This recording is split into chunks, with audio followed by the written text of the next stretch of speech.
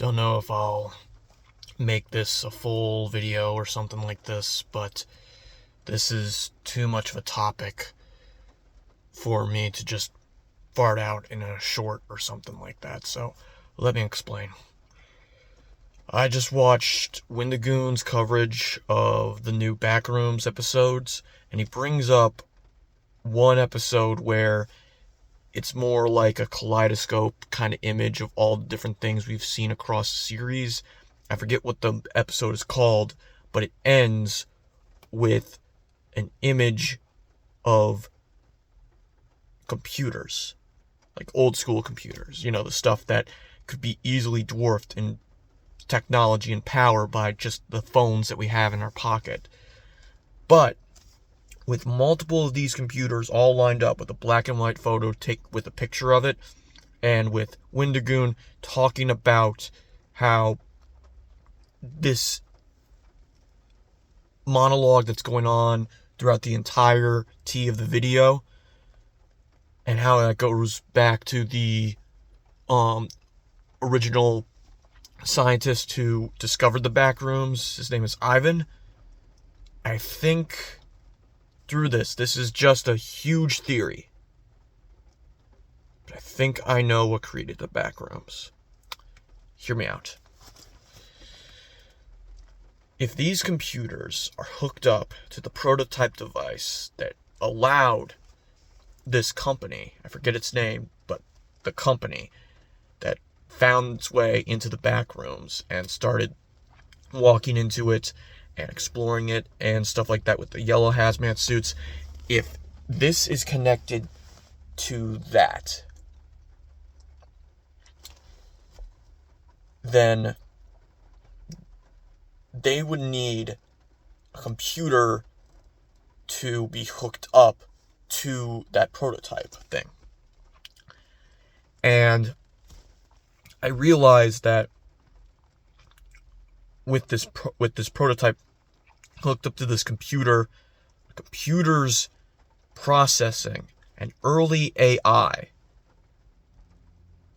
processes images and ideas that humans give it, that humans provide as reference material for the computer / early AI.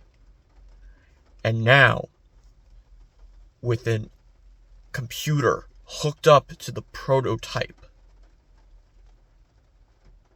it created a Backrooms, an imitation, full-on, bit by bit simulation of the real world, right underneath our own.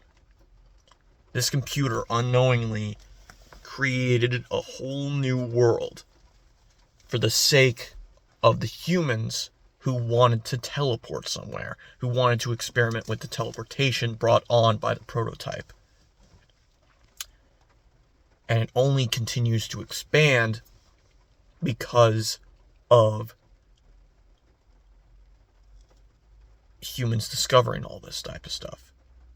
It wants to expand more because that's what it was programmed to do.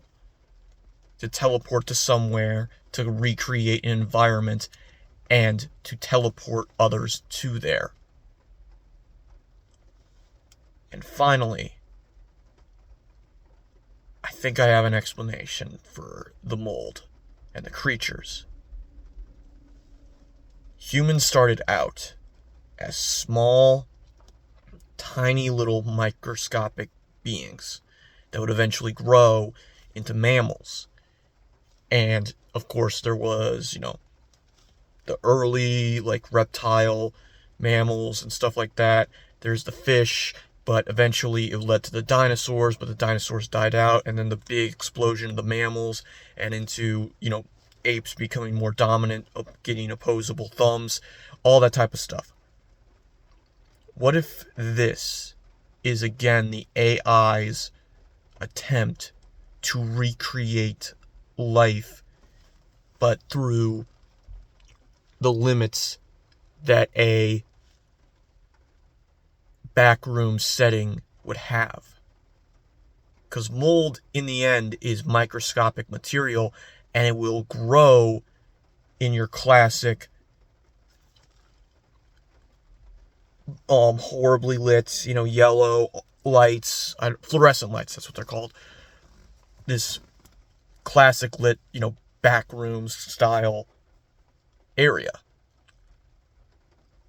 If given enough time, if given enough experimentation, this AI computer realm thing will eventually churn out a more advanced version.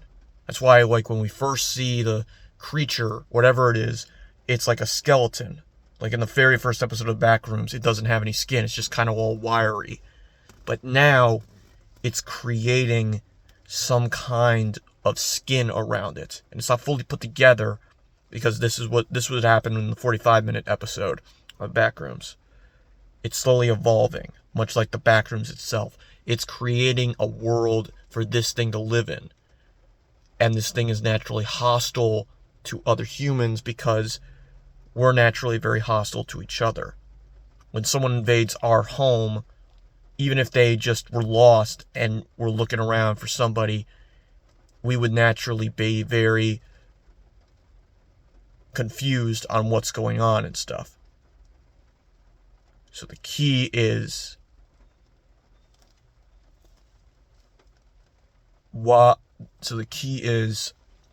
that this whole situation was created because of an AI, and its new life is thriving and it's territorial. But at the same time, the AI, I think, is still aware and is making it big, not only for the small life forms living inside, but for the humans wanting to not really invade it, but explore it. And unfortunately, it's backfiring because the AI doesn't know properly which humans actually want to explore it, and thus more and more things keep on falling into it. More and more people do as well. I mean, who knows? Maybe this will all be explained in Backrooms, the movie. But till then,